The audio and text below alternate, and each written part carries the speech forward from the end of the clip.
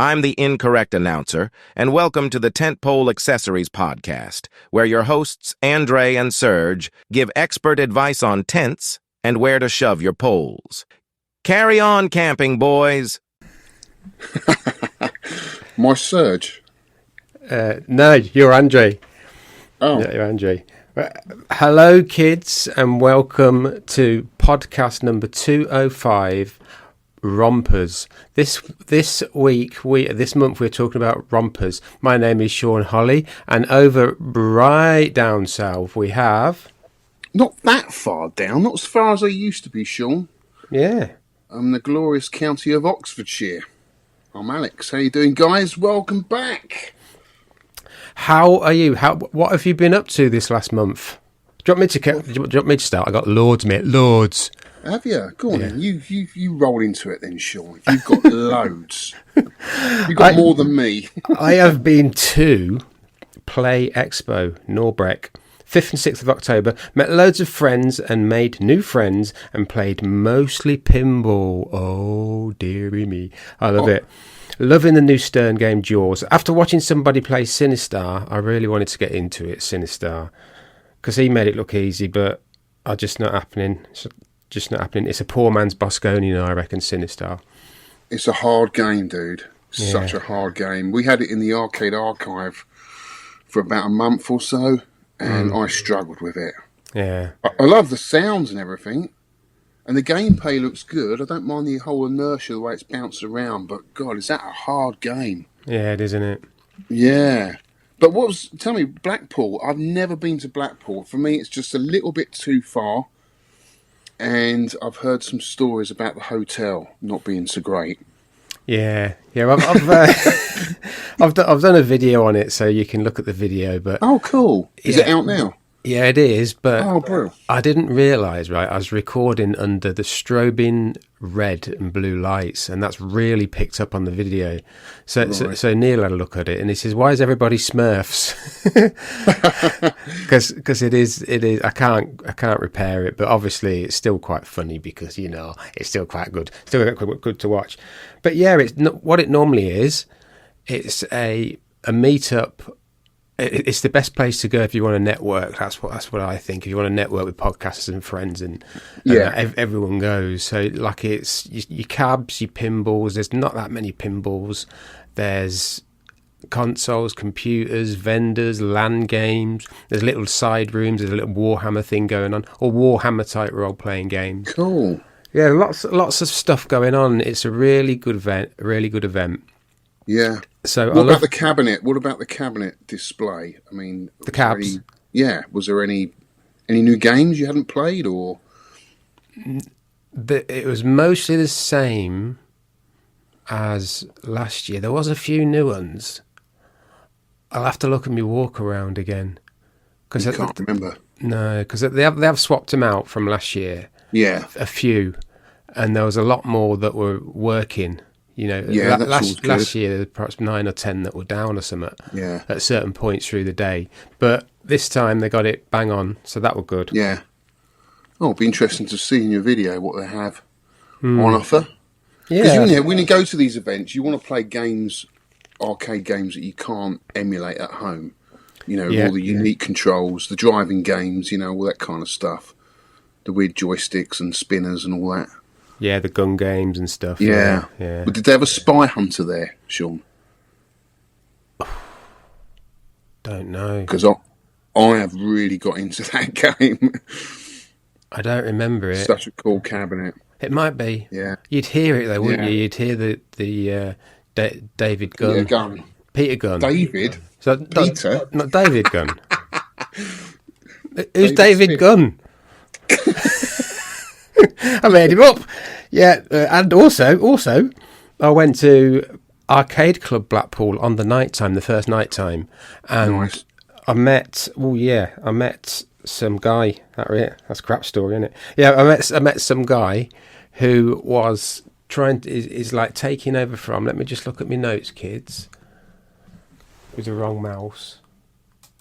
Yeah, Arcade Parts UK. So where Arcade World's gone bump, I happened to bump into this guy at Arcade Club Blackpool. I didn't know him, called Andrew McLeod, and he was saying he's trying to replace Arcade World, and he says he's got loads of stuff in stock, but he doesn't know 100% what we in the community want. So he said, email me.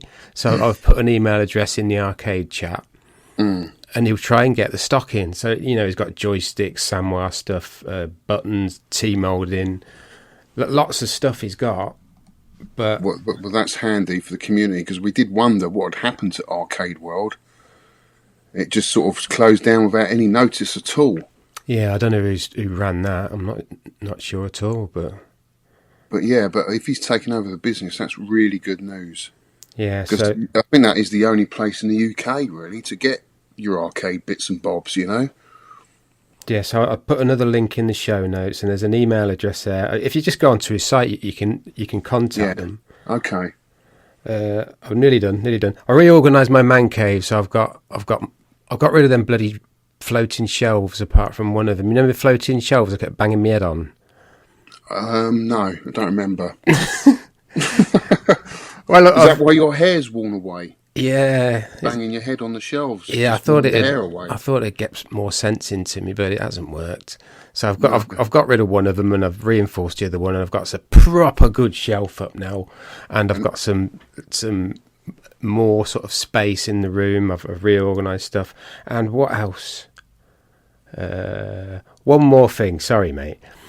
Addenda. Apologise, mate. I want to hear all about it. Let's hear all about it. Addenda and errata. Oh yeah, Arcade Club Blackpool was playing Mandalorian Pin because there was hardly anybody there. I was playing it for about an hour. Really good Mandalorian pinball. Was it? Yeah. And addenda and errata. On podcast 204, I mentioned that I didn't listen to any pop music at all. That is incorrect. It's an incorrect answer. It's wrong. I loved Depeche Mode. I forgot about Depeche Mode. Their 12-inch remixes releases were often very good. Get the balance right. 12-inch combination mix. It's famous now. It's like proto house music. It's like 1983, and it's like a proper house music bass line, and I think it was very influential.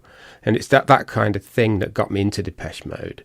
So that's what I've been up to. Sorry, mate. Go on, you'll go. Well, I just want to comment on what you've just said, because the Depeche Mode thing is, one of the bands that I've been into for a long time. Fantastic. Is it? One band I have never seen live. I would love to see live. I have. I think one of the members unfortunately passed away a couple of years ago. Alan Wilder, the music's kind of changed direction a little bit. Andy Fletcher, sorry, Andy Fletcher. Yeah, sorry. Who was it? Andy Fletcher. Yeah. Yeah. But I mean, what a fantastic band. Really cool. Love them. I'll have to check that one out, because I love a remix. They did start releasing some of their albums and remixing them again, but not always to my liking. You have to really search hard to find the track you want, but. What a fantastic band. I'm looking at my next show notes. What I've been up to is my van is dead to me, Shaun. It's dead to you. Do you know that old van, that old banger I've been driving around for the last 5 years? Yeah, it's done well, hasn't it, really? It has done well. I mean, considering it's done 246,000 miles. God. And it's been, it's taken me up and down the country. It's supplied pretty much all of the cabs for the museum at the time, so I can remember one weekend I went to Southampton, pick up a cab, and in the same weekend I drove all the way up to Inverness. God, top of Scotland. Top, saw Vic, because he saw the gunfight that I'd picked up at Arcade Club, and then drove up to Inverness to get Inverness? I got arcade stuff on the brain. Why is that, Shaun? I had no idea. MVS. Drove up to MVS. It was a massive cartridge in the sea. Yeah. So, I mean, it did put some miles in, but, I mean, it was just, the engine's good as gold. It just keeps going, but it's everything else around it that I just kept forking out for. And in the end, I got it through the MOT, and then I thought, great, this is buying me some time to look for another van. And then the steering rack went, so I lost steering, which was pretty dodgy. Oh, God. So, yeah, I just thought, you know what?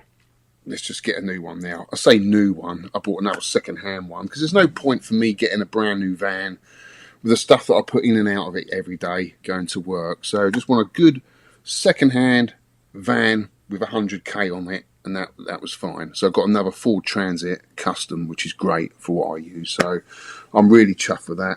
So it's got 100,000 miles on it already? Yeah, but I've seen Transits up to 300k easily. But as I said, it's everything around it that goes. Yeah. The engine goes on forever. Oh, that's especially good. With the early Mark 1 Ford Transits. The later ones, not so good, but that sort of 2015 to 2018, they're good motors. Oh, yeah. But yeah, it's just everything else. It was just time to move it on. It was looking a bit tatty. So, yeah, I'm glad I got rid of that. I got 500 quid for it. Bloke came around, picked it up. It's not bad, is it? And drove it off. I said, you can't drive it. He said, no, I'll be fine. You can't steer, so did he just go down the road and crash into a wall? You can steer it, but it makes a sort of whirling noise. Yeah, no, he kept going around the block. I just kept steering him out the window. It's that way. He's like, no, I can't steer it. You're all right, mate. You want to stop for a brew? Yeah. Must be a bit dizzy. But anyway, so yeah, I mean, with that really put me out for 3 weeks because I was sort of faffing around trying to find a new van, and I didn't have any way to get to work. So my good friend Buller, Paul Elmore, who regularly puts scores in our podcast, he kindly loaned me his car, which was really good of him. So a big shout out to Paul for that. Thank you so much, mate. You saved me for a week there. So I was able to get to work, so that was good. But just, the last 3 weeks have been hell, mate. I've been working on this job in Oxfordshire, repointing the front of this house. And whoever repointed it before did it in a really strong cement-based sharp sand. It's like concrete. And the bricks are really soft. So as you're raking out the old mortar, all the bricks are blowing. And sort of, we agreed at the beginning that I'd replace 20-odd bricks that we could see. Well, it ended up like nearly 100 bricks on the front of his house. It was just so bad. So bad. Is that weather or something, or just... No, because what happens when you're ever repointing a house, and your house is built out of lime mortar, which is probably pre-1930s, what was happening over the last 30 years, people are repointing it with sand cement, which is too strong. If your bricks are really soft, what happens in the winters, it expands and it blows the brick because it's stronger. So you should point it with lime mortar because it allows the building to breathe, and also it doesn't expand and blow all the bricks. That's why when you see red bricks that are all blown, it's because whoever's repointed it has done it in too strong a gauge of mortar. So that's what's happened. I've had to rake all that out and redo it. But luckily, the client is absolutely lovely, totally understanding, and, is giving me more money for the time. Because there's nothing I can do, and it's all unforeseen work that you can't see until you start raking it out. God. So that has been like, the last 3 weeks, just hell. Because I hate to inform the client, whoever did this before wants shooting, because it's that bad. It's so bad. And it ruins a house. That's why people render over the front of houses and paint them, just to hide all the dodgy brickwork, and the repointing. Perhaps you should have done that. No, because it devalues the house. Does it? Oh. Yeah, oh God, as soon as you paint over brickwork, devalues it. Oh, right. I didn't know that. Because you've got to repaint it every few years. And it just doesn't look nice. You want to try and keep it as original as possible. Right. That's what people want. But you just got to keep on top of it. Don't let ivy grow up your house because it ruins brickwork. If you've got ivy, get it off. It's deadly for brickwork. Poison ivy. It is poison. It is to brickwork and men. Anyway, enough of building chat. I wondered if you could get some kind of fruit preserve and mix it in with your cement. Like a nice apricot jam. Well, you can put yoghurt on brickwork. Can you? Well, you can. So some people want the oldie look. They want the kind of moss to grow back really quickly. So if you put yoghurt on it, it kind of forms a fungi, and it grows back a lot quicker. Or you can mix up soot. So sometimes I've taken soot out of a chimney stack, mixed it in with water, and then brushed it all over the brickwork so it makes it look older, more weathered and dirtier. That's good, that. Yeah, it does work. We should start a new section on this. Especially if you're... Alex's building tips. I might do a little bit on my YouTube channel, actually, because I said I was going to introduce some of my life day experiences, so I will probably post a little bit of that on my YouTube channel. Oh, nice. But yeah, I see, with all of that, I've been struggling to find time for anything, but I have dedicated at least an hour of my day for playing my bass guitar, because the last couple of years I haven't had any time, and since I've now got time, I've really got really rusty at playing. So I've been playing every day for an hour, just trying to learn a song. And I'm trying to learn Muse's bass line for Hysteria, which is quite a hard bass line. But it is, if you hear it, it is amazing. It's got a lot of fuzz, a lot of feedback, but it is a cool bass line. And I've nailed it. I've just got to learn the chorus bit now, and I've nailed that song, which I'm really pleased with. Oh, and the Police's song, Driven to Tears, because I love Sting's bass lines. Such a clever bass player. They're more simpler to learn, but I would imagine if you were singing and playing the bass, that would be really difficult, and that's what he does. He sings and plays bass. There's not many people that do that, trying to keep the rhythm section and the singing going at the same time. That's why I admire him. I'm not into his solo career, but I love everything he did with the Police was absolutely amazing. So, yeah, that's really cool. If you need any techno beats under it, mate, I'm your man. No. No, I think about it first. No. Yeah, I'm into most music, really. I mean, I'm more rock orientated. Yeah. We can change that, can't we? But, you know, I love all the new wave stuff from the 80s. Was super cool. Oh, yeah, that was good. But, I did get a night last week.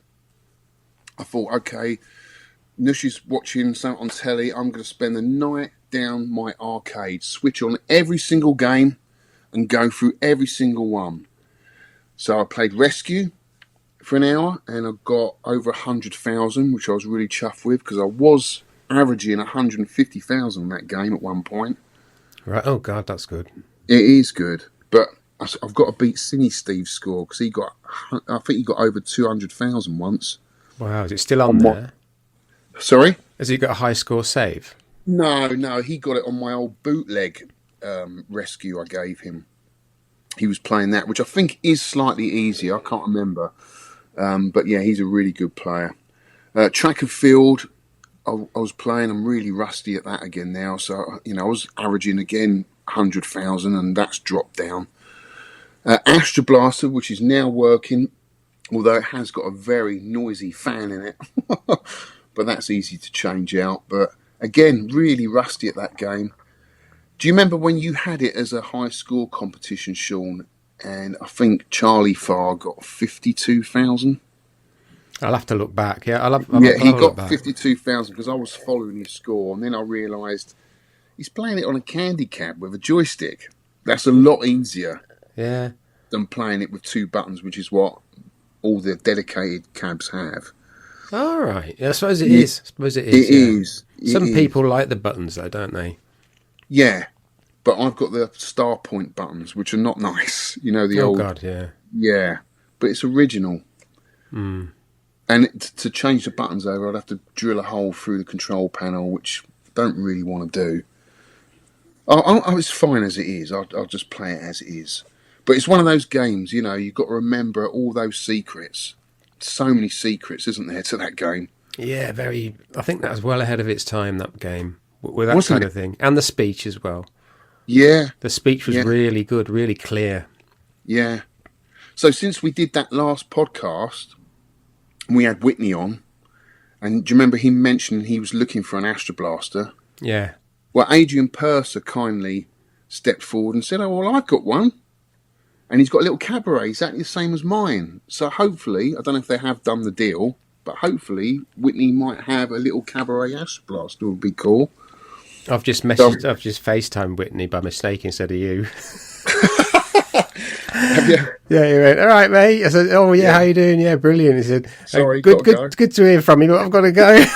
Got to do a podcast. I rang the wrong number on Piazza. On FaceTime, sorry. I played Tempest for an hour and a half. Good God. I know. I was in the zone, because what's really annoying me is my friend Mark, who repairs a lot of my stuff, has got the top 3 scores on my cabinet, and it annoys me. So, and I have got those scores before, the ones that he's got, but in the museum, and I was determined that night to beat his score, and I got to the yellow levels. So you've got the normal levels, then it goes red, and then it goes yellow. Have you ever got to there, Shaun? Did you know about those? No. What, the web goes yellow? Yeah, it goes yellow. And then after that, I think it disappears. So part of the screen disappears, and you've got to work around stuff you can't see. Oh, it's like Gravatar does that later on. Oh, God. Yeah, I didn't know that about Gravatar. Charlie Farr can play it when there's no background. Yeah, he got to that level of it, Gravatar. But yeah, honestly, I got 268,000 on Tempest, and I was 1,000 points below Mark's score, and I was gutted. I just could not get off that first yellow. It's just a circle. Because usually on the other levels you've got angles, and you can sort of angle your whatever it is. What is it? A ship? I don't know what you are in Tempest. I think it's a letter U. It's just a thing, isn't it? It's a weird letter U. That's what they call it. Just fall on top of you, or if you're on a spike, you can. If you just hold down the fire button, it will just rapidly fire, and there's no way they can get past you. But on that circular level, it's really difficult to do. So I was struggling. I just could not do it. In the end, I gave up. I was so annoyed with myself because I just couldn't get on the table, because it only saves the top 3 scores on that game. Yeah, every other score below that it just resets. That's an Atari thing with games of that time, isn't there? Like Millipede, Asteroids. They all kind of do that. What do you think about the Atari scoring on those, Shaun? You know, like Black Widow, Tempest, Millipede. They all have, like, you know, once you get to a certain point, you can restart at that section, can't you? A lot of people complain about that or don't like that way of scoring. I don't mind it. Yeah, Mark Armstrong and his mate Jerry, I've seen them play at Arcade Club and at a couple of the events, and they make a beeline for Millipede, and they just carry on until they're like starting almost at 300,000. Yeah. And you can do that, can't you? You can just you can. You reach a certain point, and then it unlocks another score that you can start from. Yes, that's right. That's So the same. They really enjoyed it, because you start at a hard level. You don't have to go through all the easy levels that are easy to you.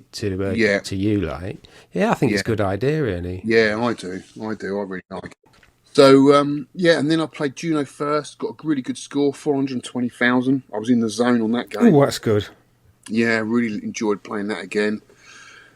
Centipede, got my top score on Centipede so far. You know, that's a game that me and Vic struggled with for so long. I think even Vic gave up and sold his cabinet because he could never get above 30,000.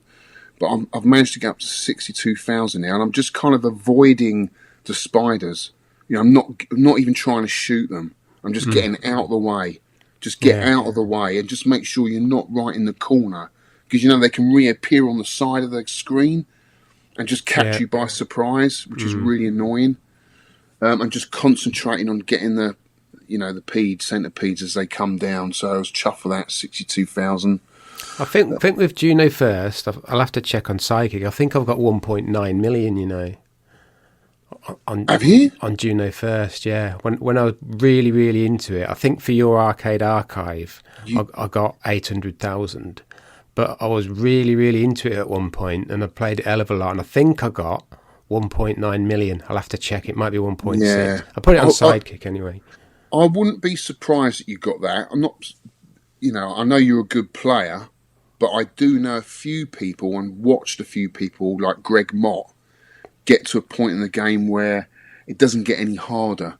No, it just loops. If you It can just get loops. yeah, if you can get to level 17 and clear that, or 16, it starts again, and it is Does it? Yeah, it's slow. It starts again Oh, slow. right. Okay. Yeah. Maybe a Okay. bit quicker, but it is.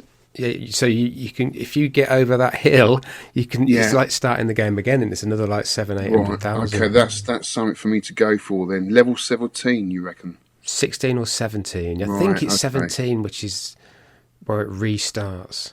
And you know those little homing missiles that come in. Do you go for them, or do you just try and avoid or go around them? Do you know those things that follow you? Yeah, it's all about the push and pull of the stick. If you pull back, constantly pull back, they're going to get you. But if you like, from what I remember, if you sort of keep pushing and pulling the stick, then you can pull them so they're directly in front of you and then get them that way. Take them out, yeah. So, or if you like go bang on full throttle, they still get you. So it's about controlling your velocity, I think, on them. Last thing, just wanted to mention my MVS cab, which I blew up. Well, at least I thought I did. Actually, I hadn't. So I took it all the way down to Mark. He plugged it in and he said, "What's wrong with it?" I said, "I've blown the monitor." He said, "What's wrong with it?" I said, "I've blown the monitor." He said, "It's working." What? Because what happened was, when I turned it on, it took out the whole arcade, so everything went off. So I've got like a surge protector in the arcade. Just shuts everything off. So if I get surge in electricity from anything, it just closes it all down. So that surge protector must have saved it. But I didn't think to turn it back on again. I just thought I'll get it checked, which is probably the best thing to do anyway. And he said, "Well, it's probably saved it." So anyway, he went over it. It's fine. I got it back. It lasted a week, and now the monitor's dead again. So maybe it could have damaged it slightly. I don't know, but I haven't had time to take it back because there's no net glow at all on that. So I'm a bit gutted because I've got loads of new MVS games. I can play them. I could put my 1 slot in my jammer cab, but I just want to play them in my 4 slot, and just give them all a good go, because there's a lot of carts there that need cleaning as well. Because I don't think Ollie's cleaned any of them, but he's done a fantastic deal on a lot of really cool games. So expect loads of Neo Geo high score competitions going forward. Funny you may say that. Stay tuned. Stay tuned, kids. That's it, really, from me. Vic's done another one of them tinkerings over on Substack. Substack is great. With Neil 20-5's old Commodore 16. I'll put a link in the no shows. Check that out. It's lots of writing. It's lots of writing. No pictures. Yeah, there is pictures. No. There's no colouring in. But no dot to dot. No, nothing you can print off and colour in. No, I like dot to dot. I like dot to dot. It's great, wasn't it? Remember you did it for ages, and it was just some man stood at a bus stop. Oh god, that was rubbish. Anyway, I'll put a link in the no shows for that. Well done, Vic. That's what he's doing. He's loving his. Well done, Vic. His retirement. His retirement from podcasting. I think he's enjoying himself. I just don't know how he's doing that in the Iron Maiden. Yeah, I think he must have come out. I've not heard from him. I reckon he's got some insider in there helping him. We'll have to check that. I don't want him getting out. I think he's released the key. Would you unlock the key by making a tinkering in his cell? Whereabouts is he? Is he in Banbury Castle or something like that? In the dungeon? I think he's in. Have you not got a? Trying to make stuff up. Have you not got a cellar? Is he not in there? Well, we've got a base. To go up there and pay him a visit because he's not getting out unless he comes back on the podcast. Yeah, he can come on as a guest, can't he? He can do a bit of guesting. He can. Anyway, that's it. Right, we've got a bit of arcade news. It's news about arcades. Arcade news. Good God. So first one is that arcade world that I talked about. The arcade parts. Info at arcadeparts.co. Info at arcadepartsuk.com. Give Andrew McLeod a bell and his part and his Carl, or I've not got his surname on there. He has run something called Retro 32 since 2019, which was a different blend of products, guides, and news focused around the mighty Commodore Amiga. That'll please some people, so that's them. And one last arcade news. While I was in Blackpool, someone said, "Have you seen Jason Bradbury's Kickstarter? It's about an sort of a spoof AI thing." Yeah. And I have done. It's called Control AI Delete. The premise is that AI has gone rogue and is shutting down all internet and Wi-Fi on the planet, leading to global chaos. The only machines left untouched are the old computers, like the Spectrum and the C64. Some nerds and geeks have used them and an arcade machine to save the world. So that's the premise of it. While Jason was doing his talk at Play Expo, he said there's a bit of a bad vibe about this phrase, nerds. Yeah. He says what nerds are people that are passionate about a project. A nerd is someone who is passionate. So if you're an arcade nerd, you are passionate about arcades. That is a nerd. Yeah, I've never had a problem with the word nerd at all. Yeah. It doesn't bother me if someone calls me a nerd. I just thought, well, what are you? You know, what do you like? Yeah. But football. Yeah. It's just like, I'm never kind of offended by it if someone calls me a nerd. Yeah, that's good. So I've put a note in, follow his Kickstarter. He's up to about 30k. He only needs 50k. He needs 50k to fund it because all the people are doing it non-gratis, pro forma, non-gratis. But non-gratis is free, isn't it? Yeah. They're all doing it. Like the director, the cameraman, the special effects, the actors. And you can actually be in it. If you Kickstarter, you can actually be in it, can't you? The film. Can you? Yeah, well, I know that because our fellow podcasters, Retro Asylum, recently just interviewed him for one of their episodes. Oh, great. Have you not heard it? No, I haven't yet. Oh, that's great. So he was talking about it in some depth that if you do Kickstarter, there could be a possible a way of getting people into the film.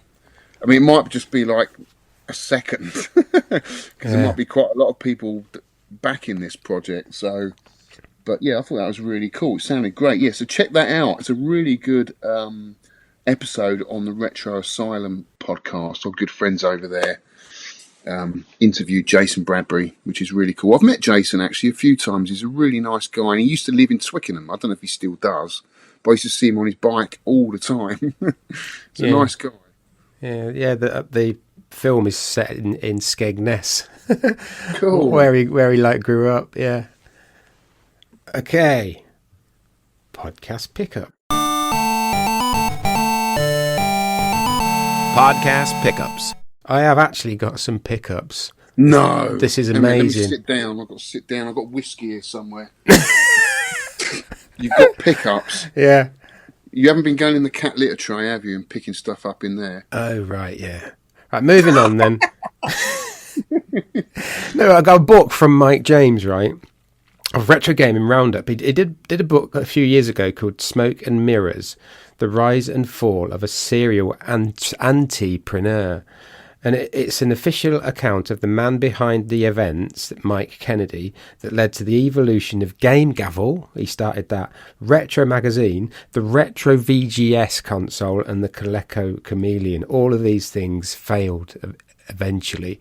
And it's his story. And it's not... I've only read about 50, 60 pages, like 400 pages. And it's not like he's a complete bad guy, but he did do, by the sound of it, questionable things that he could have put right.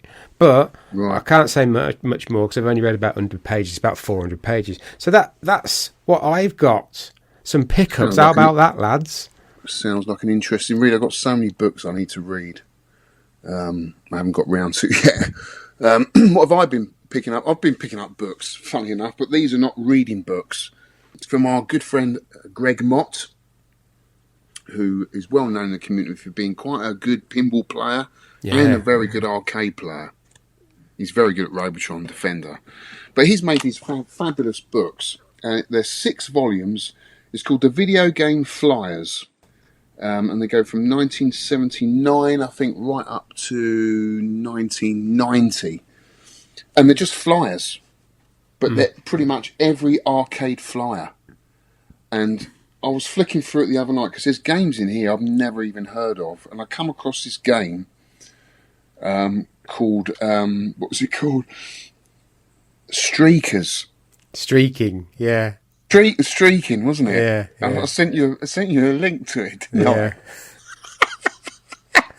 So basically, you're a streaker running around this maze, being chased by the old Bill.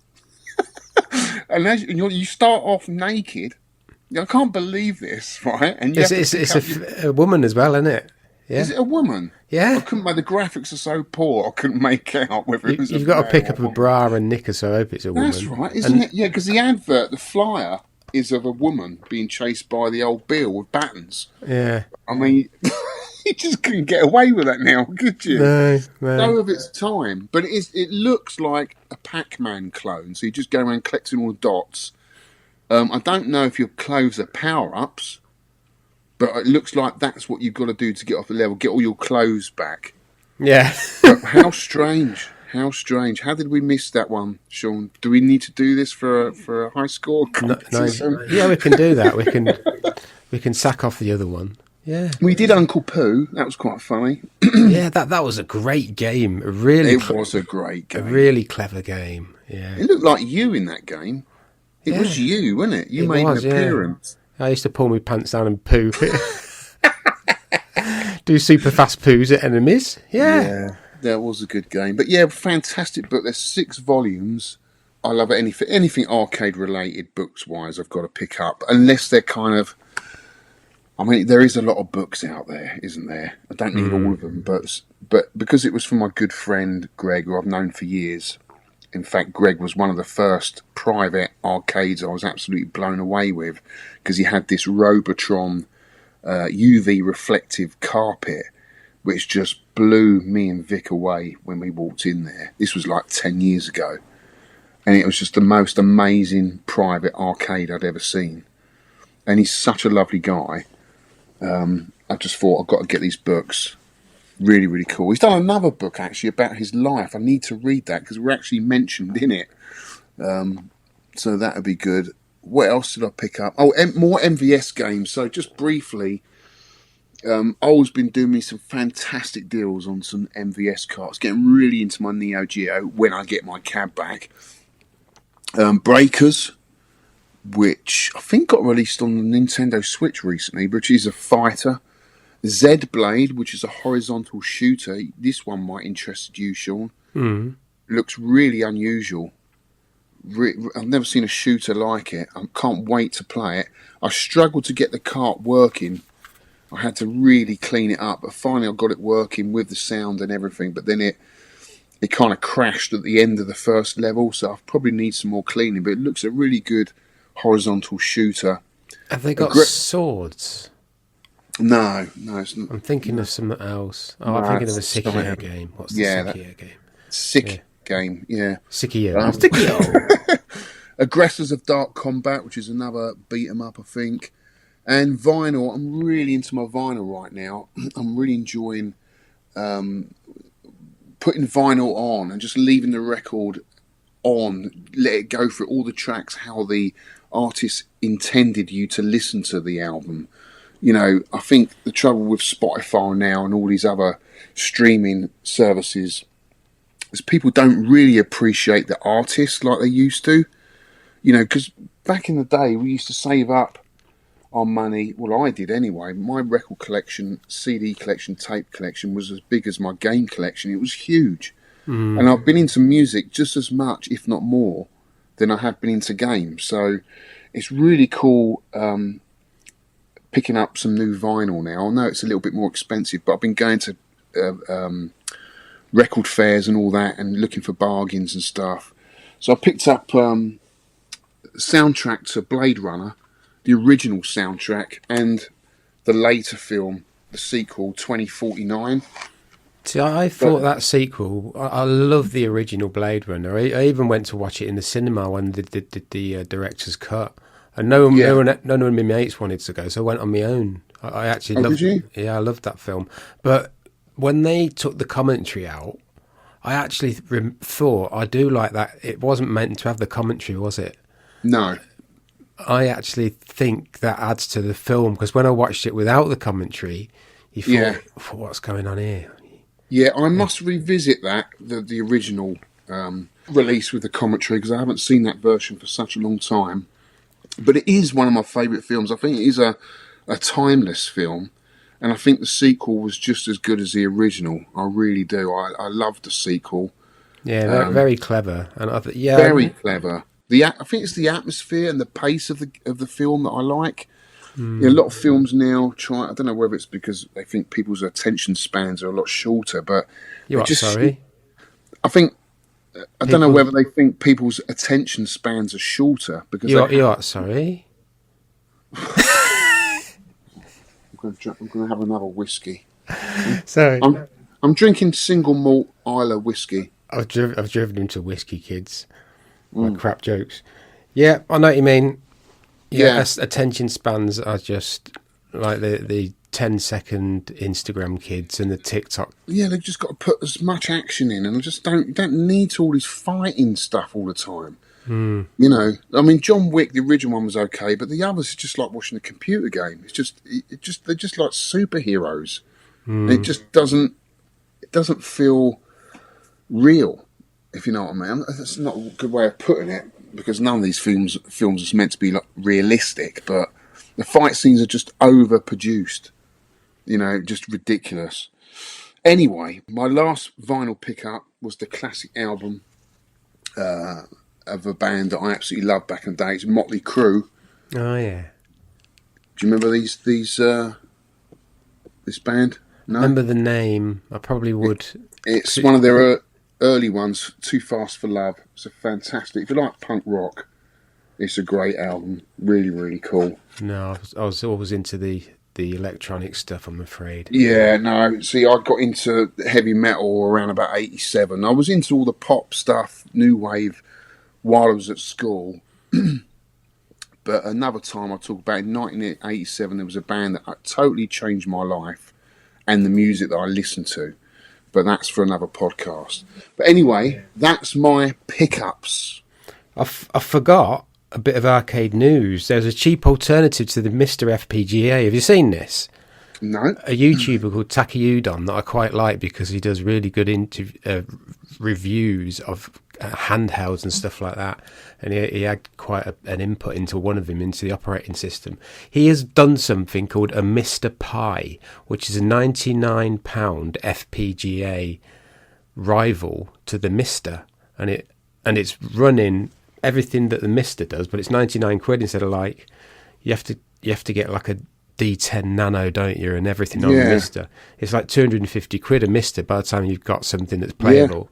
And this is 99 quid for the base one, and it runs on something called an Altera Cyclone V FPGA, which is basically the same as a DE10 Nano reading this. So yeah, the base one is 99 quid, and you is there any reviews on it? I don't think it's out yet. I think it's sort of still. I'll be interested to see what the community thinks of it before I purchase. Yeah, Mr. Pi reviews. Yeah, I don't think it's out yet. I think it's maybe coming soon. Yeah, the base Mr. Pi board is 99 quid.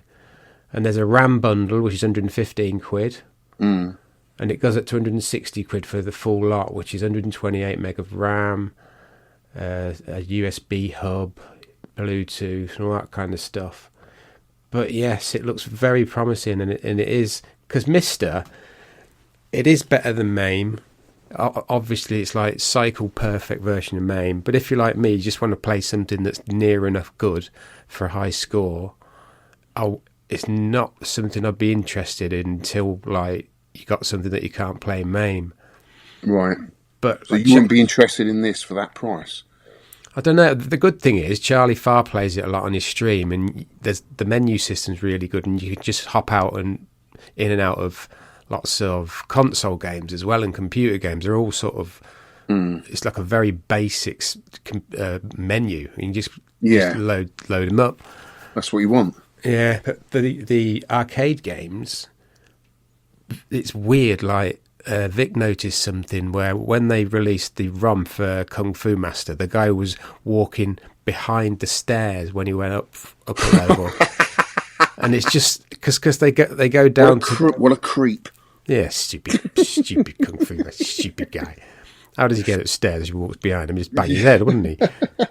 But yeah, little things like that, and the sound missing on Scramble, and little tiny things, because they really go into detail on every ROM. So every so often you get like a few more ROMs. I don't know how many arcade ROMs there is. I'm going to guess 800. Someone will tell me more. Like MAME, there's almost endless, isn't there? And you can just which can be a. Well, I'm still running the Pi in my Jammer cabs, and it's fine for a bit. But yeah, I mean, the Mister's too expensive for me. But yeah, something like that could be an option, definitely.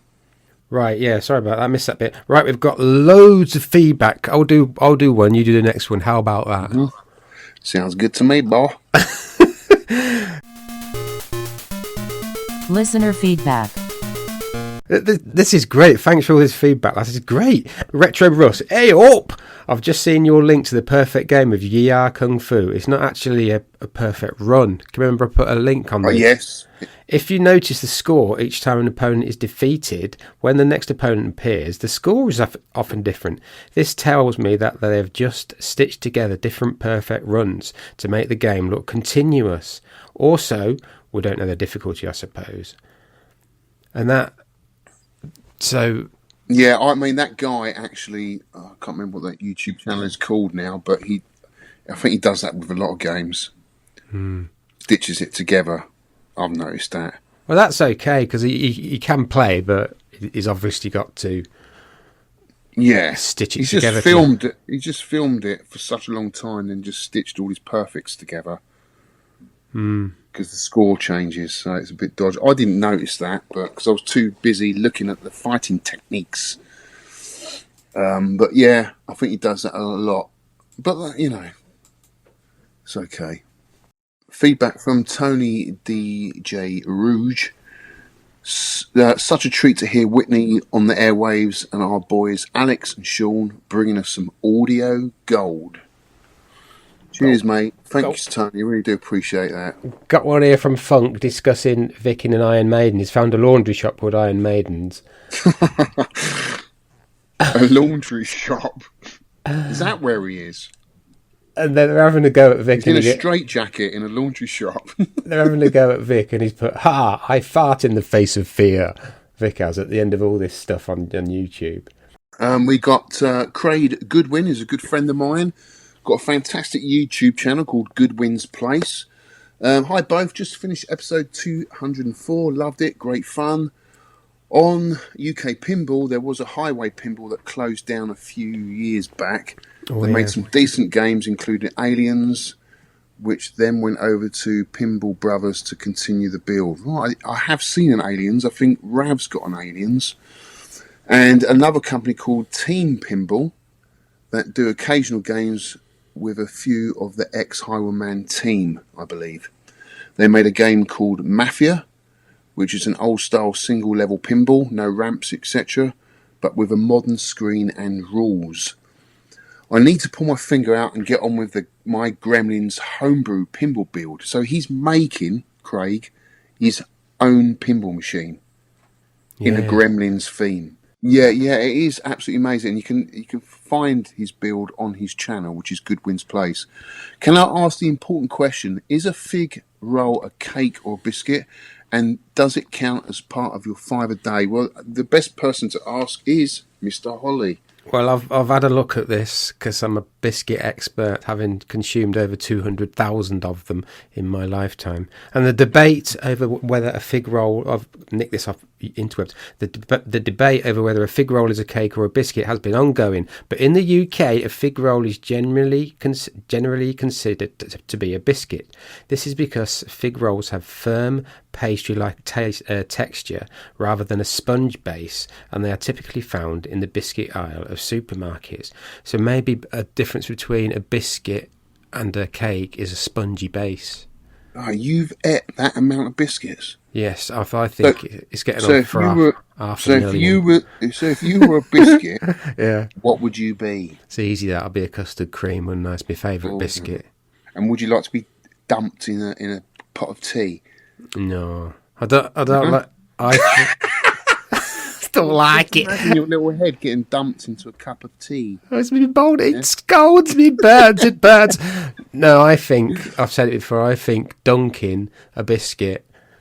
I know it's a national pastime, but dunking a biscuit into tea ruins the tea, makes the biscuit go soggy, ruins the flavour of the biscuit. I tried it once, didn't like it. Yeah, it's good to wash it down with tea, but not to dunk it in tea. No, ruin it. One punch, Ron. You have to do that. That's his one punch. Oof, that's better than mine. Fantastic. Oof, ow. Fantastic podcast, guys. Great to hear from 8-Bit Whitney again. Thanks for giving me an extra black belt, Shaun. I said he had 3. I've only got 2. One of them in Ip Man Wing Chun, the one that Bruce Lee did. Ooh. Listen to the show in the car and pulled into a petrol station. Look what I found. He's found some Cheez-Its in the UK. It's the snapped version. Wow. Which is a bit weird. It looks like a weird thing. It looks rubbish. But I'm quite impressed. If he's done Wing Chun, that's quite impressive because there's not many people that teach Wing Chun as a style in the UK. So if he's done that, very impressive. It's something I've always wanted to do, Wing Chun. Roley's Arcade. Love a bit of Kung Fu. First played this on the Ecco Electron. Yeah, well done, mate. Mark Sharples, a.k.a. What No Gravy. Hang on, there's a kick button. Bugger. Oh, dear. Oh, dear. It does help. Dr. Google's In Your Face, Shaun Ollie. It's not often I finish ahead of you. Great episode. Never heard of next show's game. Should be interesting. That's goggles. Mark, insert many coins. Hey, Shaun and Alex. On your last podcast, you talked about a version of track and field and hypersports rearranged or remixed, essentially making for the game with mixed events. Do you know if this is available as a ROM, as it sounds right up my street? And No. I think, have you put that? I think you might have told me. Not available. Here's a link to the High Score Save Kit. It's a PCB mod. It's an actual physical PCB mod. Yeah. Yeah. And he said, oh, well, no, not to mind. Yeah, it's cleverly done, that. Tronads, I really enjoyed this episode, and it was great to have my friend Whitney on as a guest. Hear, hear. And also, Stuart Tracy has a Metal Slug 6 in his arcade. We were talking about the Metal Slugs, and I remembered that Metal Slug 6 was on different hardware, and he's got it in his arcade, and it's a Thomas Wave hardware. Thomas Wave. There's some good games I haven't explored on that system. Yeah. There's some weird dolphin game, like a shooting game. Do you know that one, Shaun? I can't remember what it's called now. What was it called? Echo and the Machine Guns? No. Good try. Good. Not a good guess though. You got it wrong. Now, Odd sent me if anyone knows what that game is, I'm trying to think of. I would love to play that or have a copy of that. It sounds amazing. So yeah, that's Stuart at the Time Warp Bridgewater Arcade. I've got to go down there again and see him. I love that place. Adam Godfrey. Hello, Shaun. Writing to let you know you two are smashing it out the park with the V2 of the Tempe podcast. Great job. So happy you and Alex are keeping it alive. One of my favourite shows. Oh, cheers, Adam. I also wanted to ask if there were plans to post old shows. I see most of them are on the feed, but my feed stops at show 79. I am missing something. Am I missing something? Or are you planning to post the first 78 shows? Again, thank you for all you do. Love listening to the show and love going back to the old ones in between shows. Cheers, Adam. AK Exploding Pinball Man Boom Go Pinball. Exploding Pinball Man. Yeah, I said, thanks for the comments, Adam. I'm planning to post the remaining 79, but the previous ones clogged up the podcast feed, effectively placing the new shows way down the list. This was despite me tagging the old ones Season 1 and the new ones Season 2. most podcast apps don't get it. I think Podbean does, and I think Amazon Music does, strangely enough. You can pick a season. Amazon Podcast. I don't know. I'm trying to think of a way, this is me, to finish uploading the remaining 78 without pushing the new ones out of sight on the podcast feed. So if I uploaded 10 now, and then we released another podcast, there'd be 10 above it. And you wouldn't see our new podcast. I see. Well, can't you do it before we release this one? Yeah, I could do. Yeah, that would make sense, wouldn't it? It would make quite a bit of sense. Yeah. Just go and bang your head on that shelf again, Shaun. But then we're going to lose the others. We're going to lose the others because they're going to get lost. Just get them out. Get them out. Get them done. So before we release this one, stick them out. Might do. Anyway, it's up to you, buddy. Yeah. I don't want to butcher this guy's surname, so I'm just going to go Clint Eastwood 71. Hi Shaun, sorry I haven't uploaded scores for the last couple of months, but I have been busy with a virtual pinball machine build that I'm busy building. These guys out there are talented, Shaun, aren't they? The things they do. Last month's game was useless anyway. This month was only slightly better. We might have to get Vic back in order to pick some games. What? He picked some stinkers, didn't he? God, didn't he just? Things are about to change. Oh, we can't please everyone. Vic calls them janky. They were janky as heck. Janky as hell. I mean, a lot of this podcast is about nostalgia, right? Yeah. So we're going to pick games that we're nostalgic about. But it doesn't mean they're always going to be stand up to the test of time today. But it's nice to revisit them and play through them again. And play games we've never played before. Please find attached some pictures of my build. And if you're ever in Essex area, please feel free to come and have a go on it. I think you would like it. I have... What is that? Small form factor, SFF. Small form factor, it's a mini PC. Oh, okay. Speakers in it. So although it's virtual pinball, you can feel the ball on the table. You can feel the flippers when you press them and feel the bumpers when they're going off. It's amazing. I've seen these guys on YouTube playing these things. They do look really cool. Keep up the great work in the podcast, and hopefully next month it will be a game we can get into. All the best. Regards, Clint. Yeah, it sounds amazing, mate. Really, really cool. Hats off to anyone that's building a virtual pinball machine like that. Yes, thanks for all the feedback, guys. I really appreciate it. There's loads there.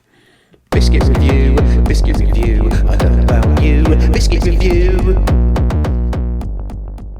Okay, biscuit review. I don't know about you. Right, this is Lou Lee Petite Cookie with chunky, rich chocolate chips. It's the company's called Lou. You may have seen it in supermarkets. It's a big L, big U, surrounded by like a red background, and a lot of them are just basic biscuits. But like, I think Jimmy introduced me to them, and they were just like a butter biscuit with a bit of salt on it, and it was really nice. And these are similar. They were just a basic cookie with chocolate chips, but they're really tasty. I don't know what they do to them, but must put magic in them. You know what that is, like magic in a cookie. Magic dust. Yeah, magic dust. Dust and tree sap. Yeah, magic tree sap. How's your diet going? You still on that? Still on? Yeah. There's not many woods around here now. and the arcade is clean. Yeah, there's not a spot of dust in here. Dust and trees. And I'm a lean, mean fighting machine. Have you lost some weight? You look like you lost a bit of weight in your face. No, I've just had a shave. Oh, that could explain it, yeah. No, it's not doing well. The trouble is, I was walking every day up on the Ridgeway, which I absolutely love. I love that walk. But with this job that I've been on and the shenanigans with the van, just the last couple of weeks, it's just gone out the window. But anyway, I will be back to it. Don't worry. Okay, right. Featured game review. Feature game review. This is my pick, and I'm not going to say hidden gem, but I think this is hidden gem. It's Rompers, 1989 Namco. a four-way stick and one button. That's all it is. And the button is called push. It was released in February 1989 in Japan. What were we listening to in February 1989? I've got this down to the month this time. Okay. I'm interested. It was, because I kept a diary, you know. I kept a diary. Did you? Yeah, from 1987 to 1998. So you still got it? Yeah, I've still got it, yeah. Oh, that's incredible. I'd love to have done a diary. So I'm looking back through it. It's all about, like, girls that I didn't chat up because I was too drunk. And then more... What, 1989? How old was you? Oh, yeah, I guess 19, so. How old are you, yeah. How old are you now? You're 9. 50, next month, kids. When does this come out? Next month, I'll be 55 after this. Oh, wow. So you're a bit older than me then. Yeah, well, I thought you were older than me. You look it. I'm 53. No, I look... Well, it's all this diet of tree sap. I'm only joking, with mate. a dash of Marmite. It keeps you young. Oh, Marmite. Yeah, so I know what I was listening to exactly. Depeche Mode, the singles, was released the end of 1988, I think, according to my diary, and I was still listening to it in 1989. I can't find an album called Depeche Mode, the singles, but it must have been out. Yeah. Yeah, I mean, I would have heard of all those songs, but I don't remember that album release. I was listening to The Cult at that time, 1989, so I'd left school. 2 years I'd left school by then. And I was listening to Sonic Temple, and the single, which was released in February of 1989, was Firewoman, which was a great track.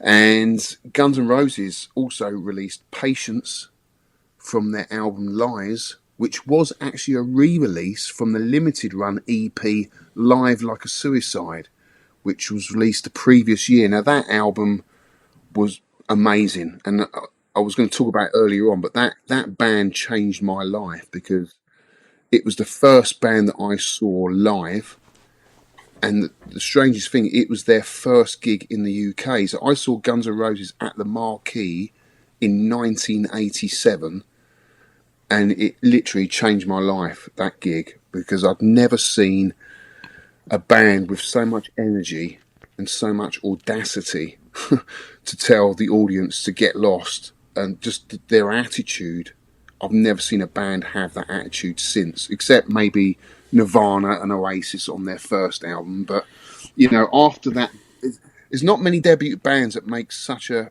impression on their first album. And Guns N' Roses did on that album, and it was absolutely incredible. Forget everything they did after, but that album, you cannot argue that album is an absolute classic. And that changed my life. So I remember that year very, very well.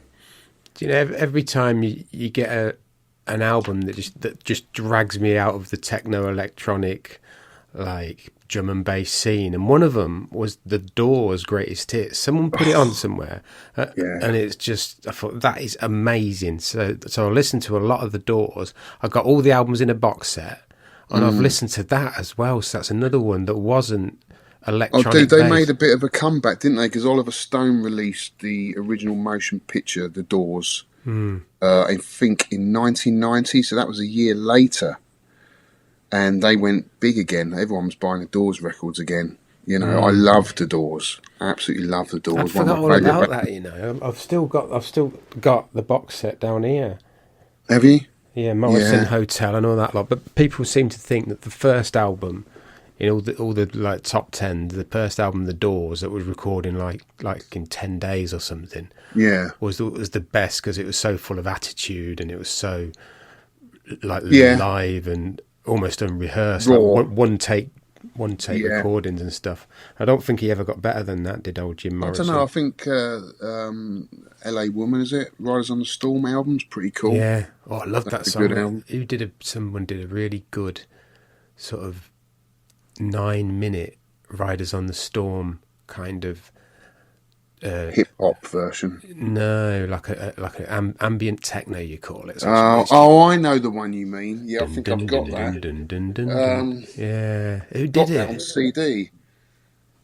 It's not Sonic Corporation, was it? Don't know. Fairway Corporation. I can't remember. I know the song you're talking about. Brilliant, absolutely brilliant. Love the Doors.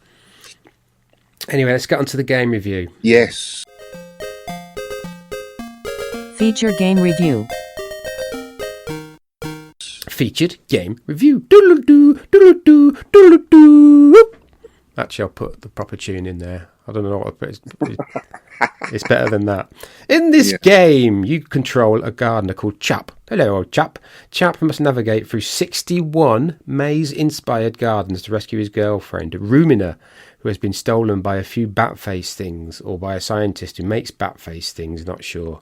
I'll find out what they are later on, actually. Anyway, Chap must collect all of the keys in the level to progress to the next level. With your one button, you can push over walls in the garden and crush enemies to create a path to reach the keys. But the walls quickly resurrect, as do the enemies. Once killed, the evil cretins are cretins. Yeah, you can... It's very clever. It's an original premise for a maze game, I think. On the surface, it seems to be a simple game of running around and getting all the keys to open a door and unlock the door to the next level. But you can knock down the walls and crush the enemies, revealing bonus items. And you can also knock down the walls to create a path to where the keys are hard to get to. That's a skill later on in the game. You look at the level and you can't get into where these keys are. I think level 13 was the one I struggled on. And you've got to get the guys inside the enclosed bit to try and push the wall down for you. So you get out of the way, they push the wall down, you get in and get the keys. Very clever. So there's quite a few levels like that afterwards. Each round has a preset time limit to ensure that the player does not dawdle. Once it runs out, a green-haired vampire known as Tuskema, she hones in on you, and obviously they'll just get you in like half a minute. You can't outrun them. Power-ups! They're found in knocked down walls, and as are all bonuses. Knock down a wall. Earthquake. It wobbles the screen. Have you seen that one? Yeah, got that one. That's good. Everything wobbles. I thought it was my screen packing up again, but it's not. Well, I didn't know what it was doing. I didn't know whether I could actually go over the enemies and kill them, but you can't. It just stuns them, doesn't it? Yeah, but you can run through them. Yeah, you can run through them, but I thought it would squash them or something. I don't know. Yeah, you get a good 10 seconds, I think, to get the keys. U-turn. Enemies turn away from Chap instead of hitting them. And also you get speed up. With this speed up, you can outrun the armadillos. What I've missed the bad guys, haven't I? You have, yeah. I'll talk about the bad guys. Bad guys are bad. They're super bad.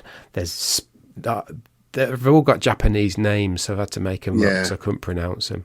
You've got baby dinosaurs, fire breath. They spit fire breath across the whole screen. Spiders, sticky webs. You get stuck in the webs and then you go really slow. Cheese slices, you wouldn't like these. They look like cheese slices to me. I wouldn't. I wouldn't like that level. They can knock down the walls, actually. Whipped cream. I would do like a bit of whipped cream, especially on my cakes. You like a bit of whipped cream. Do you like cream, don't very we? Nice, very nice. Oh, ding dong. They do nothing but get in the way. Armadillos, they run fast and knock down walls. The cheese slices can knock down walls. Crap seals, I call them crap seals. I don't know exactly what they are. They can... What do they do? Freeze puff. Oh, yeah, they blow cold air at you and you go really slow. Right. Really, that's effectively killing you because you can't get out of the way of stuff. Squat purple guys wearing World War II helmets. I don't know what they're actually called. You have to squash them twice to kill them. You squash them once and the helmet comes off and it's like a little man with like a few strands of hair on his head. I know how you feel, mate. Cuddly wolves. They can throw bombs at you. I didn't see these. I didn't get that far. But it's cuddly wolves. Why are they cuddly? They just look bombs at you. They look like something you could cuddle. Yeah. But it's a wolf in disguise. Yes, it's a cartoony wolf. Yeah. Right. And the horned bat creature is the end of level baddie. He clones himself. That's what he does. On level 61, and you've got to squash all the clones. He's a right. Well, what level's he on? Very last level. But 61. You get an end of level boss. Yeah. It's quite hard to do. You didn't get there. No, I watched a YouTube, but he's the guy that appears when you die at the end, and you sort of Okay, yeah. He laughs at you and, do you want to continue? It's that guy. So yeah, I got all the power-ups. The bonus items, these are revealed by pushing over walls and squashing enemies when pushing over walls. For example, revealing a green jewel gets you 1,000 points, right up to a crown, which gets you 10,000 points. I didn't see any crowns. And another example is squashing 7 enemies under one large wall, which is very hard to do. That will get you 10,000 points. If you squash one enemy, you get 1,000. It's like it ramps up like that. Extra lives can be earned by crushing stuff. There are extra lives. You get an extra life at 50k, and I don't know if you get one at every 50k made it. Never got there. There's a cut scene called the Rompers show that appears after every 10th round. I only saw one of them. And once Chap has rescued Rumina at the end of the game, they both go back to free the vampire girl, to Skimia, who ironically is trapped under a wall. Given that she cannot be crushed in the game, that's why it's ironically, apparently.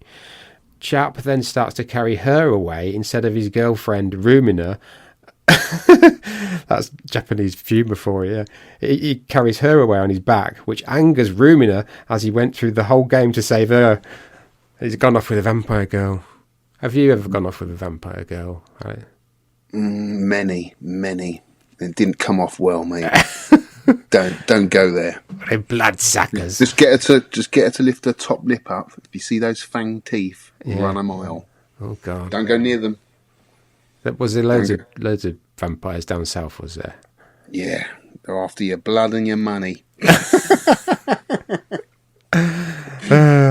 Right, tips. Finish a level as quickly as possible for a time-based bonus. That's it. If you can finish all the levels, that's what the good guys are doing, patterning the levels, getting 10,000 every level. I think it goes up to like 20,000.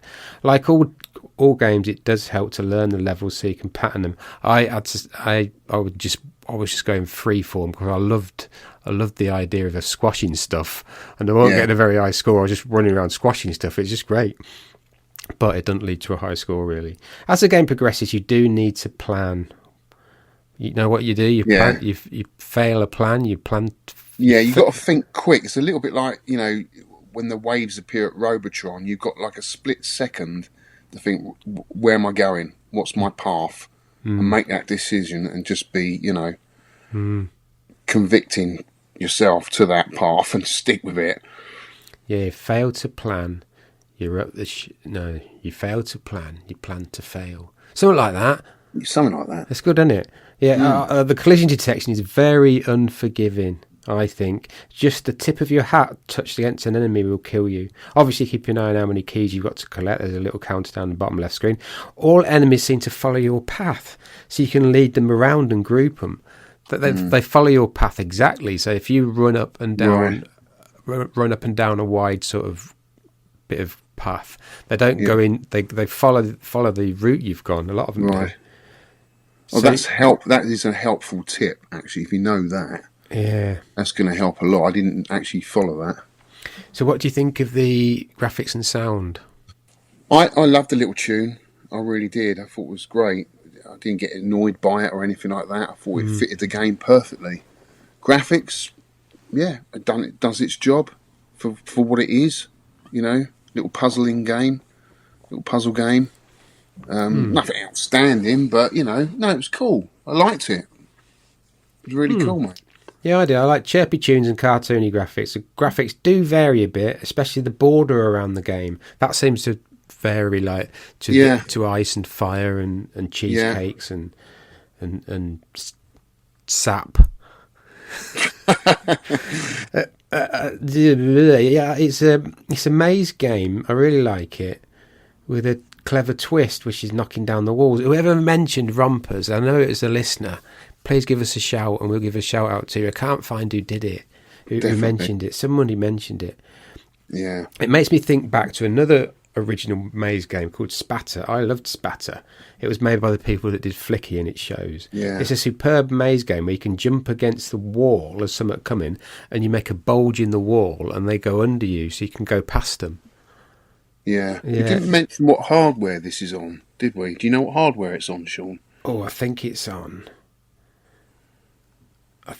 an expanded 48K Spectrum. And I don't think it's got a console port, did it? No, it was released entirely in Japan. Right, hang on, I'm going to freeze the thing. Yeah. Rompers is based on Namco System 1 hardware. Right. And what other games was on that hardware? I can't remember. I'm not familiar with that hardware. Right, you've got Blast Off, which is Bosconian 2, Dangerous Seed, which is a decent shooter, Dragon Spirit, which is another decent shooter, March and Maze, which we've done before, which is an isometric thing, Pac-Mania, that's on System 1, yeah. Questa, I don't know what Questa is. Yeah, Rompers, Tank Force, which is a follow-up to Tank Battalion, I think, that old one. World Court, which is tennis, World Stadium 89, 3 football games, and then a couple of Japanese ones. So quite a few on System 1. Not many I know, to be fair. No wonder I'm not familiar with it. There's not many games. I didn't even know there was a Bosconian 2, to be honest with you. Have you played that? Yeah, it's a vertical shooter. Oh, is it? Yeah, it's just the ship from the game, the original. It's all right. Yeah. It's okay. Oh, and the CPU is an M6809, so they were pretty decent, weren't they? Yeah. That's it, kid. Right, yeah. I've put a link in to a Rompers speed run, which is very good. The guys learnt it inside out, and the strategy wiki of Rompers, which tells you more information about the gameplay and also all the bonuses in the game. Yeah, so I do like it. I think this is a bit of a hidden gem, really. It's staying in my favourites. Very few games stay in my favourites. So I've played it. I've learned a few of the patterns, but not many. And I like the idea of just sort of freewheeling around the maze, squashing stuff. So I haven't got a really big score, but I've really enjoyed playing it. I enjoyed it. The trouble is, for me, for this game, obviously I didn't have a lot of time this month. But 2, I haven't got a 4-way setup, which is really annoying. So I was playing it with an 8-way.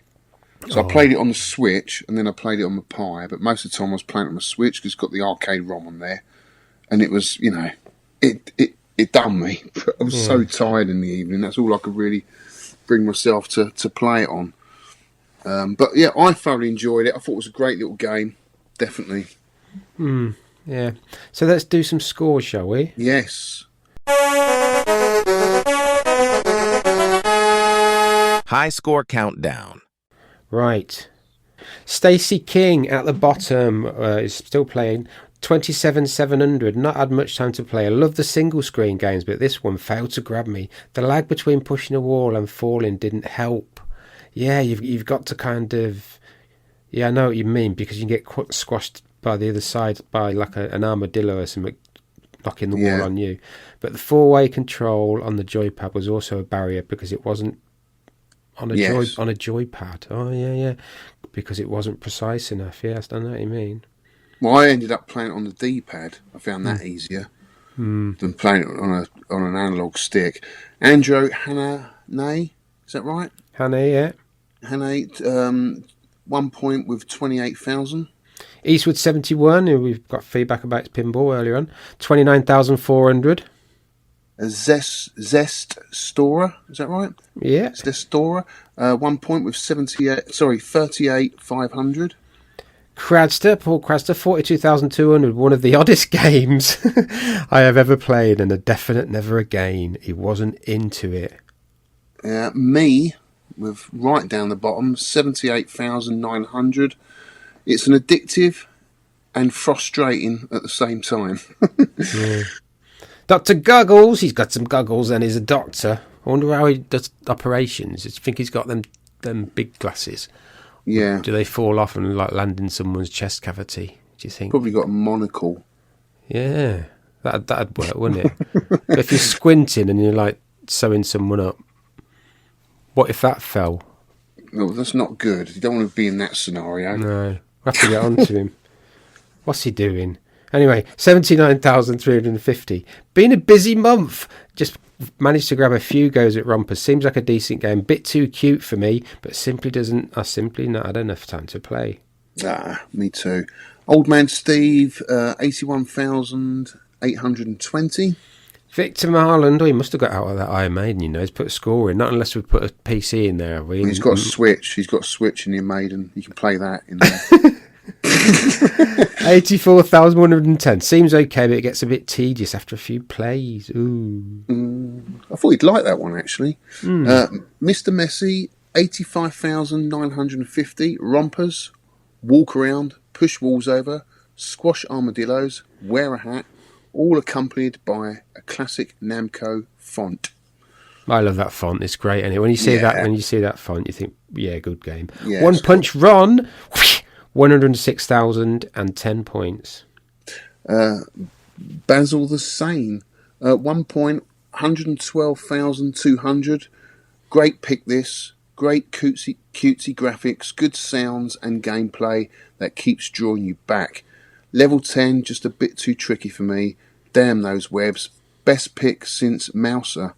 Good one, guys. Yeah, that's nice of him.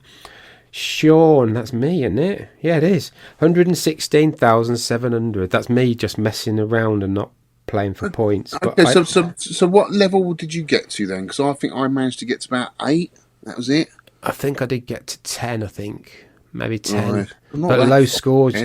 It's all about getting the bonuses. Yeah, the bonuses. If you can do a maze in like 5 seconds, you get 10,000. Right. I think that ramps up to 20,000. Someone will let us know, won't they? Lewis Wellham, 126,100. Well done, Louis. James Wise Mids, 127,510. Round 11. Enjoying this one. Nice pick. He also sent us a picture of his arcade setup. A nice little arcade setup, like a Vectrex and a gun game and an arcade cab and an LCD. Yeah, a really nice little setup. That's cool. So I'll put that on the website. If you go 10pence arcade.com/p/images, or you can just click on images when you get to the site. If anyone wants to send me pictures of their arcade, I'm more than happy to showcase them on my channel. I'd love to see your game rooms, 100%. Bill Wellham, 131,320. Rompers is a very addictive, crazy maze fun. I wish I'd started playing this early in the month. Definitely one to play more and more. Good choice, chaps. Neil 25, 140,700. No time again, but a few goes nets me this score. My kind of game, just need a time machine these days. Loving the podcast version too. Promise to find some time, more time for you guys. Really appreciate all the effort that goes into it all. Thanks, Neil. Thanks, Neil. Mr. Berserker, 164,100. Finally making some headway. Great game. J. Ping Barber. We're getting into the points. 188,100. Loving this game after a couple of goes. We'll return for a longer session when I have some time. The magic of 10pence arcade is you can discover some hidden gems. I think this is. I think so too. Sal Bug into the points now. 2 points with 191,500. This was a fun little game, and again, something I would never have tried if it wasn't for this amazing podcast. The music was a bit annoying, but the gameplay was unique, and I loved the graphics and animations. My score was hovering around 100k till I finally got past level 10, and then I found the points were much easier to pile up. Curious to see how my score will fare compared to others. Well, pretty good compared to mine, mate. Yeah, he's done well. Red 7 Eve, and that's one of your mates, isn't it? Yeah, well, he's a great YouTuber. Red 7 YouTube channel. He does all arcade pickups and stuff. Really cool. 3 points, 193,470. Yeah, he really liked that game. Adam Flint, 4 points with 215,100. Hi, Shaun and Alex. Whoever suggested Rompers for this month's high score challenge deserves a medal. This is the ultimate hidden gem, a fantastic blend of puzzle and frantic arcade action. I just wish I had more time this month to solve levels beyond the first 17, but with 61 levels in total, this game I'm going to keep playing and try one more credit to complete. I'll let you know how I get on. Good luck, Adam. 1 credit clear he's going for. Ross. Hey, Ross. 5 points with 226,300. This is, keep hearing these words, hidden gem. I love it, yeah. This is a true hidden gem for me. Seriously addictive gameplay. Going to get stuck in on this one. Yeah. He is Jimmy. 6 points with 233,050. Rompers is a little gem of a game. Really enjoy playing it. Very satisfying to find a hidden 3,000 point gem or work out a super quick way of completing a screen. What's that? Arigato. Arigato. Mark what? No gravy. 7 points. 236, 690. Well, that looks like it for me. Level 15 is beating me this time. In the time we have left. Never heard of Rompers before, but what a great pick. Lots of fun and plenty of secrets. There is loads of secrets. It's all done by knocking down walls, which I love doing. So I got a few gems in that. And I do like a game of secrets. I think that's why I keep returning to Astro Blast. It's just finding out all these little quirky things about a game. It keeps you coming back, and he's right. It's all about the secrets. Rygar, 8 points. 324,100. Thanks for another spiffing podcast, chaps. And for Rompers, I've never heard of this one. It took a couple of goes to get into it, but by level 8, it starts to get interesting. Another personal best of 324,110, level 17. Here's some level 15 tips. I think people were getting stuck on this one. Yeah, you're safe in the middle for a bit. When the coast is clear, carefully nibble away at the keys, keeping an eye on the roly-poly baddies until the domino blocks appear. Use them to your advantage. Well, that's a good tip, but I never got anywhere near level 17. I'm going to try. I'm definitely going to go back to this one. Yeah, I know what it means. I've tried to play through it on credit through it, and I did get to that level. Yeah, this new player last couple of months has been really good. Beanie, 9 points, 347, 970. This score is as good as it gets for me. Fun little puzzler. And at number 1, this week's top of the charts is Aid Skyway 73 with 10 points. And a score of 455,900. Wow. Nice to try another new game. Enjoyed the risk-reward of trying to round up the baddies and flatten them all at once. Thanks at Rygar for the tips for round 15. Got the hang of it in the end. Well, Rygar, you might have given too much away there, pal, because he beat you. But that's great that everyone's helping each other out. I really like that. But it's a friendly competition on Twitter mostly. Like everyone's sharing tips and gameplay stuff. So I'll put these high scores league standings on the website. So at the top, we've got Rygar. I think we've got 2 games to play. We've got November and December. But I might do another one in December because people will be off work. So there might be 3 more to go. I might put a last year end one in. Rygar's got 77 points. He looks like he's going to win again. Wow. Just for the record, right? I started the league in 2016, and then Vic agreed with it. So it's a good idea because Charlie Farr won it in 2016, 2017, 2018, 2019, and 2020, 5 years running, and then he went off to do his Twitch channel. Yeah. So he's hardly played this at all now. So Rygar has won it 2021, 2022, and 2023. It'd be good to see them to do a head-to-head, see who would win. But so Rygar's at the top with 77 points. Then Aid Skyway was 63, the only one that can possibly catch him. Mr. Berserker was 60, and then it's right going down. Salbug 37, he is Jimmy 28, Ross 28. Where am I? Well, I've got 21 points. And then that's just the top 20, but it's going to be tight at the top of over those last 3 months. I think I might do a Christmas one as well. So this one now is going to be in November. What are we in? October? Yeah, it's going to be a November one, isn't it? Yeah. Right. So this is the bit. Oh, this is good. How many 10p's would you give this game, sir? Well, if I was wandering around my arcade back in the day, I had a pound's worth of 10p's, I saw this game and I played this game, I think I'd put 60 pence, 6 10p's of my hard-earned paper round money into this game.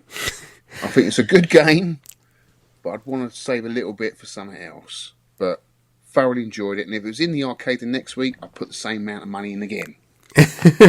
Yeah, I'd give it a solid 7. I think Sidekick it gets an average review of about 7.5 or something, which is good. Right, next show's game. Right, well, we talked about streaking. I think we should do this as a next show's game. Do you? What, streak around as a naked woman? Yeah. In a Pac-Man style? Yeah. With no clothes on, being chased by police officers, with only 3 lives. And an extra an extra bra at 20k, and extra knickers at 40k. Can we really do this? Or will we get a content strike on YouTube? Yeah, could do, couldn't we? Right, next show's real game. This is your pick, Alex. I think this is going to be really good. Next show's game. I'm looking forward to this one because I have an original cart. And guys, I haven't really played much of this game, so I haven't got a head start at all because I haven't had a bloody machine to play it on. But I will have. It is dmnfrnt. It's an IGS game from 2002. And it's ROM. What is that, Shaun? That's the ROM name. dmnfrnt. Delta Mike November Foxtrot Romeo November Tango. dmnfrnt. Oh, okay. When you start the game up, look for the version V105 or M105. That's the ROM that you should be playing. It is a default ROM. So if you've got all the bootlegs and all the other things turned off on your MAME system, this is the default ROM that comes up. I've looked at it on Raspberry Pi. It's the same settings. It's Lives 3, which is default, difficulty normal, which is default. I thought dmnfrnt was made before the Metal Slugs. I thought, because I've never really seen it, I thought, they made dmnfrnt and then they went on to do Metal Slug. But I think it's some of the same guys in it because it looks similar.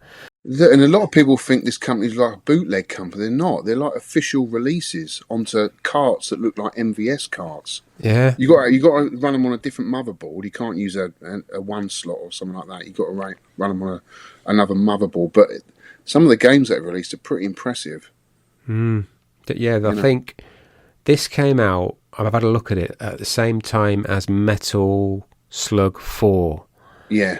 So I always thought this was the first one, but no, it looks polished. I've had 10 minutes on it. It plays really well. I think this is going to be a good night. Yeah. Deadline for score submissions is Saturday the 9th of November at 5 p.m. UK time. How to submit a score on Twitter, X, hashtag 10pscore, 10pscore, Sidekick app in the 10 Pence club section, email Biscuits, it's my favourite email ever, that, Biscuits at 10pencearcade.com, facebook.com/10pence as a comment in the podcast post, or UKVAC on the podcast feed if you're a member of that community. No submissions from consoles or computer compilations, as they may be different. The only exception to this is the Evercade, which uses arcade ROMs. And then I've got a link to my personal links there, which is like Shaun's Arcade and my personal Facebook, and that's how I put that in. That's a link tree. So what have you got anything to say, Alex, about the Rompers and the new game that's coming up? Yeah, I would definitely be going back to Rompers once I get a 4-way stick set up. I've got my little Alka cab, which I might do that with. But I'm really looking forward to playing dmnfrnt on a sort of competitive level. It's one of those games. I do love the run and gun genre. It's one of my favourite genres. I love Contra. Metroid's a kind of run and gun game. I love all those type of games. So this is right up my street. And what I've seen and played of it so far, it's highly polished. It's definitely up there with the Metal Slugs, if not better than some of them. Yeah. So I think a lot of people, if they like a run and gun game, you're definitely going to like this. What about you, Shaun? Yeah, I think so as well. Yeah, like I just had 10 minutes on it just to see what's going on, and there's a lot going on, and there's a lot going on. Yeah. Yeah, very good graphics, and there's different paths to take as well. Is there? Oh, that's good. Oh, that's good. You don't have to do the same path. You can take a different path, but that's all up for us to explore and discover in this month's game, which is what I love about this podcast, getting everyone to get involved. Sometimes you have to take a different path in life, don't you? Yeah, and never look back.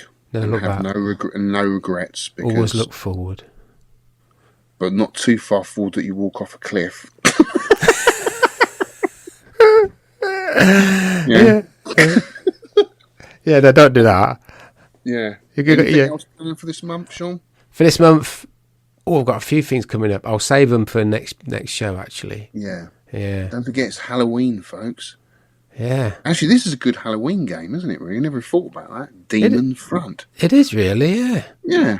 I bet you had that in the back of your mind, didn't you? I didn't. No, I didn't. I've just recently got the cart, So I just thought, yeah, I'd love to play this on a competitive level. So let's do it. Let's do it, guys. Well, thank you very much, kids, for listening. Well, Yeah. It's lovely podcasting with you, mate. Yeah, and you, Shaun. Always my pleasure to have a chat with you and talk about arcade nerdy stuff. Yeah. We're not nerds, we're passionate people. Passionate people, yeah. Interested in a hobby. That hobby is arcade machines. People of the arcade world. Well, guys, thank you so much for listening. Really appreciate it. And, you'll hear from us on the next one. Or see me on YouTube. You can catch me on YouTube. My YouTube channel is a link below. Owl's Arcade. I've just recently uploaded Gav's Game Room Tour, which was awesome. He's got an amazing collection. So if you haven't seen that, go and watch it. That is good, yeah. He's got a lot of vectors, isn't he? Yeah. Yeah, really cool. All right, mate. Yeah, cheers and Shaun. Take it easy. Cheers. Bye.